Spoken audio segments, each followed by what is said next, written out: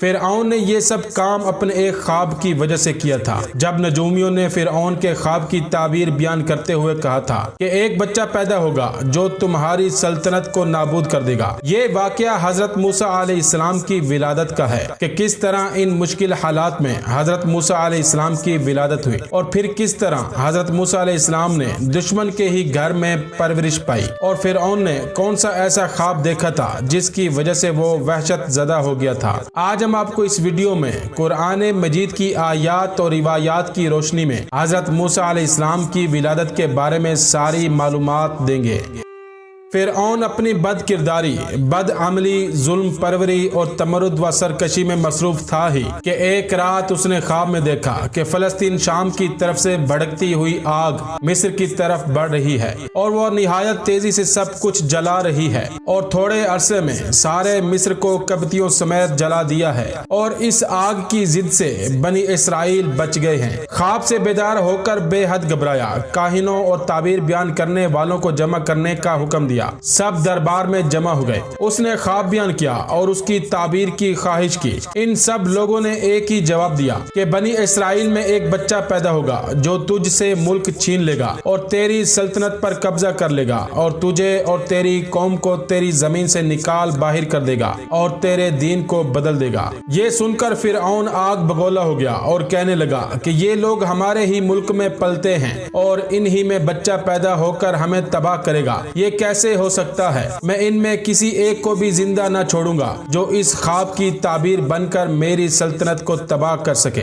اس کے بعد فرعون نے ملک کی تمام دائی عورتوں کو بلایا اور حکم دیا کہ ملک میں جتنی عورتیں حاملہ ہیں سب کا حمل ضائع کر دو، اور خیال رکھو کہ کوئی حمل تکمیل کو نہ پہنچنے پائے، اور اگر وہ ماں کے پیٹ میں پورے دن گزار بھی لے تو اسے زندہ پیدا نہ ہونے دو۔ حکم پاتے ہی دائیوں نے کام شروع کر دیا، اور فرعون نے بہت سے سنگ دلوں کو بلا کر حکم دیا کہ اس وقت جتنے بچے ہیں ان کو قتل کر دیا جائے۔ چنانچہ تیزی سے کام شروع ہو گیا۔ بنی اسرائیل کے بچے ذبح کیے جانے لگے، یہاں تک کہ حضرت موسیٰ علیہ السلام کے پیدا ہونے سے پہلے 70,000 بچے قتل کیے گئے۔ حکم فرعون سے بنی اسرائیل کے بچوں کا قتل عام جاری رہا، یہاں تک کہ 5 سال گزر گئے۔ اسی دوران میں بنی اسرائیل میں طاعون پھیل گیا اور بے شمار افراد طاعون کی وجہ سے مر گئے۔ یہ دیکھ کر مصر کے چند اصل قبطی باشندے فرعون کے پاس گئے اور کہنے لگے کہ بنی اسرائیل کے بچوں کا قتل عام ایک طرف جاری ہے اور دوسری جانب طاعون کی تباہ کاری فروغ پا رہی ہے۔ اندیشہ ہے کہ نسل بنی اسرائیل بالکل منقطع ہو جائے گی،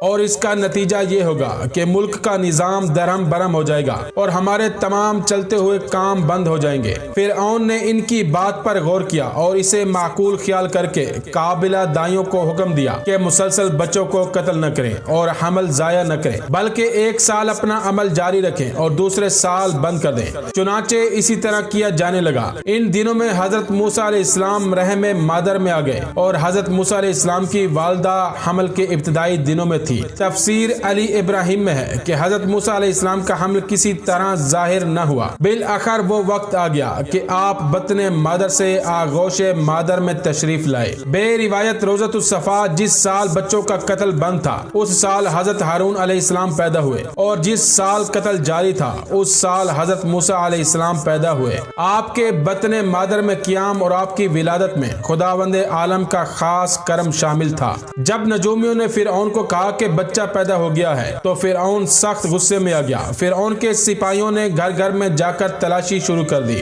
حضرت موسیٰ علیہ السلام کی والدہ خوف فرعون سے کانپنے لگی۔ خیال ہوا کہ ابھی لوگ آ جائیں گے اور بچے کو بھی قتل کریں گے اور مجھے بھی تباہ کر ڈالیں گے۔ خداوند عالم نے دل کو مضبوط کر دیا، گھبراہٹ دور ہو گئی، مگر یہ فکر لاحق ہو گئی کہ اب کیا کریں۔ آپ کی حالت دیکھ کر قبطی دائی نے پوچھا کہ کیوں گھبرا رہی ہو؟ کہا خوف فرعون سے۔ دائی نے جواب دیا نہیں گھبراؤ، میں کسی سے نہ کہوں گی، لیکن تم اس کی حفاظت کا بندوبست کرو۔ حضرت موسیٰ علیہ السلام کی والدہ نہایت پوشیدگی کے ساتھ حضرت موسیٰ علیہ السلام کی حفاظت کرتی رہی اور اسی فکر میں تھی کہ اسے کیوں کر بچا لوں کہ اچانک فرعون کے سپاہیوں کا ایک دستہ آ گیا اور ان انہوں نے دروازہ کھٹکھٹایا۔ حضرت موسیٰ علیہ السلام کی بہن کلثوم نے ماں سے کہا کہ لوگوں کو خبر ہو گئی ہے اور فرعون کے سپاہیوں کا ایک دستہ دروازے پر آ گیا ہے۔ یہ سنتے ہی حضرت موسیٰ علیہ السلام کی والدہ کی عقل جاتی رہی۔ نہایت گھبراہٹ کی حالت میں نومولود کو ایک کپڑے میں لپیٹ کر بھڑکتے ہوئے تنور میں ڈال دیا اور خاموش ہو کر بیٹھ گئی۔ سپاہیوں کا دستہ اندر داخل ہوا اور انہوں نے ان دونوں سے پوچھا کہ جو بچہ پیدا ہوا ہے وہ کہاں ہے؟ حضرت موسیٰ علیہ السلام کی بہن نے کہا کیسا بچہ؟ سپاہیوں نے کہا جو پیدا ہوا ہے۔ انہوں نے کہا کہاں پیدا ہوا ہے؟ ان لوگوں نے کہا ہم نے قابلہ دائی کو خود یہاں سے نکلتے ہوئے دیکھا ہے۔ حضرت موسیٰ علیہ السلام کی بہن نے کہا کہ پھر تلاشی لے لو۔ چنانچہ انہوں نے تلاشی لینا شروع کی اور سب کچھ دیکھا مگر نومولود نہ ملا۔ ایک سپاہی نے کہا تنور میں دیکھا جائے۔ اس کی طرف جب گئے تو دیکھا کہ وہ پوری تیزی کے ساتھ بھڑک رہا ہے۔ وہ سب جب مایوس ہو کر چلے گئے تو خدا نے حضرت موسیٰ علیہ السلام کی ماں کی عقل بے حال کر دی۔ اب انہوں نے کلثوم سے پوچھا کہ بچہ کہاں ہے؟ کلثوم نے کہا کہ مجھے نہیں معلوم۔ یہ دونوں سخت پریشان ہوئی اور فطری جذبہ محبت سے مجبور ہو کر رونے لگی۔ یہ رو ہی رہی تھی کہ اچانک بچے کے رونے کی آواز تنور سے بلند ہوئی۔ یہ دونوں دوڑ پڑی، دیکھا کہ بچہ آگ کی بجائے لال پھولوں میں پڑا ہوا ہے۔ ماں نے اسے تنور سے نکال کر چھاتی سے لگا لیا۔ مادر موسیٰ فرزند کی حفاظت تو پورے طور پر ہی کر رہی تھی، لیکن ظاہر ہے کہ حالات کی روشنی میں وہ اس امر کا یقین رکھتی رہی ہوں گی کہ آج نہیں تو کل میرا بچہ بھی دیگر بچوں کی طرح ذبح کر دیا جائے گا۔ اسی وجہ سے سخت پریشان اور حیران تھی کہ خداوند عالم نے ان کے دل میں یہ بات ڈال دی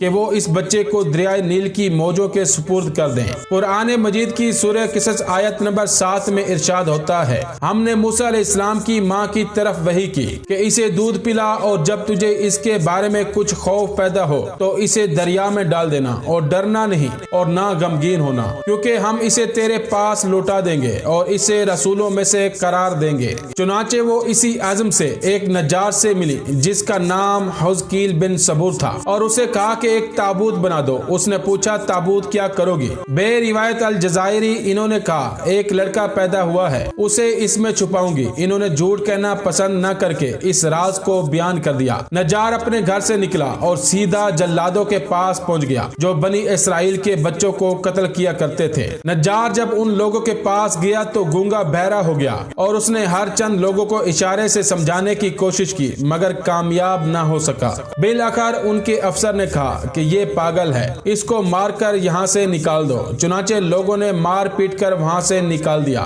نجار سخت حیران و پریشان وہاں سے واپس آیا اور جب اپنے گھر کے قریب پہنچا تو اس کی زبان کھل گئی۔ یہ سمجھ گیا کہ فرعون جس بچے کی تلاش میں ہے وہ بچہ یقیناً یہی ہے اور یہی وہ پیغمبر ہوگا جو فرعون کی سلطنت کو تباہ کرے گا۔ لہٰذا وہ مومن ہو گیا اور اس کا دل نور توحید و ایمان سے منور ہو گیا۔ اس نے تابوت بنا کر حضرت موسیٰ علیہ السلام کی ماں کے حوالے کر دیا۔ غرض یہ کہ تابوت کی تیاری کے بعد حضرت موسیٰ علیہ السلام کی والدہ نے اس میں روئی رکھی اور بچے کو دودھ پلا کر پیار کیا، سینے سے لگایا اور آنسوؤں کی لڑیوں کے ساتھ الوداع کہا۔ تابوت کے دروازوں کو تارکول وغیرہ سے بند کیا، کنجی تابوت میں رکھی اور دل پر پتھر رکھ کر تابوت کو دریا کے کنارے جا کر پانی میں ڈال دیا۔ تابوت کا پانی میں پہنچنا تھا کہ موجوں نے آغوش میں لے لیا اور اسے وہ تیزی سے لے بھاگی۔